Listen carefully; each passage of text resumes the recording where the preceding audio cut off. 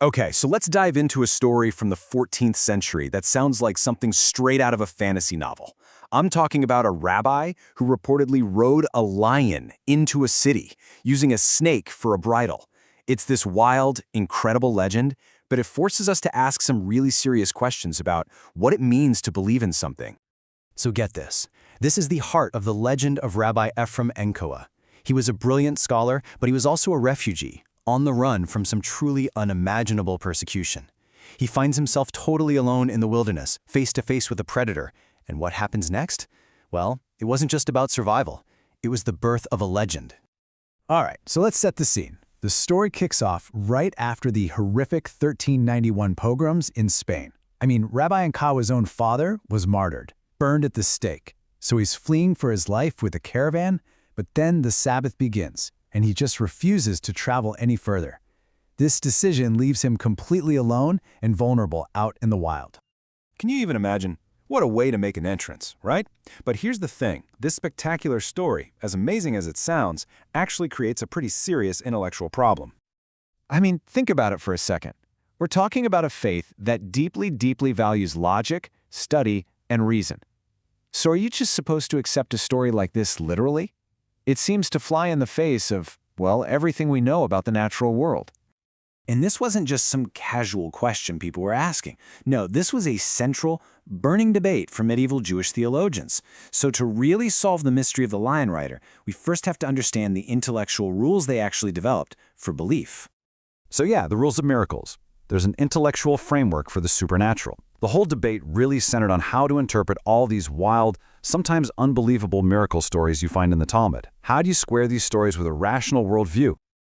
So you basically had two camps. On one side, you have the Rashba, who said, nope, you've got to accept these miracle stories as literal, historical truth. But on the other side, you have the Ritva, who argued, hang on, a lot of these stories are probably allegories, parables, or even prophetic dreams, not literal events.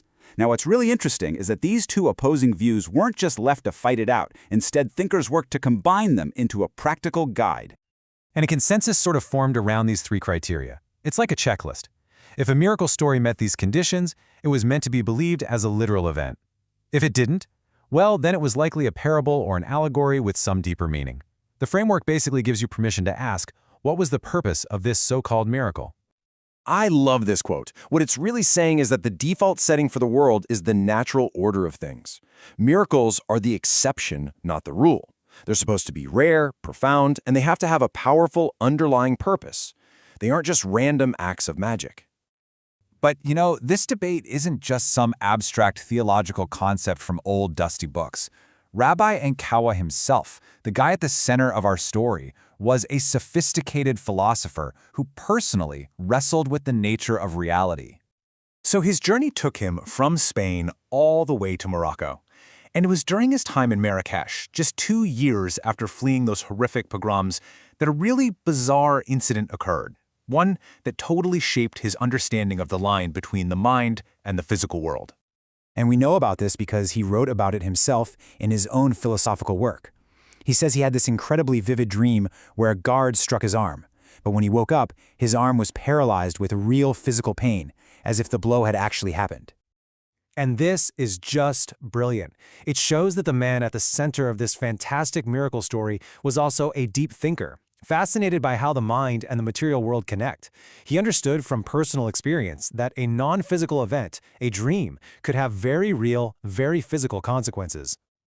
So, let's bring it all back home to our central question. Now that we have this theological framework and we've had a peek into the rabbi's own rationalist mind, how should we look at the lion rider legend? What's so cool is that the framework doesn't just spit out one simple dogmatic answer. Instead, it shows us how intellectually rich this tradition is, making room for multiple layers of truth. You can see it as a literal miracle because, hey, it served a huge communal purpose, but you can also see it as a powerful allegory for spiritual mastery over a chaotic world. Both views are considered valid. So, in the end, the point isn't to play detective and prove the story true or false. The real takeaway here, the real magic, is the system of thought itself, a system that allows profound faith and rigorous reason to live side by side. The tradition isn't afraid of complexity. It actually gives you the tools not just to believe, but to think critically about how you believe.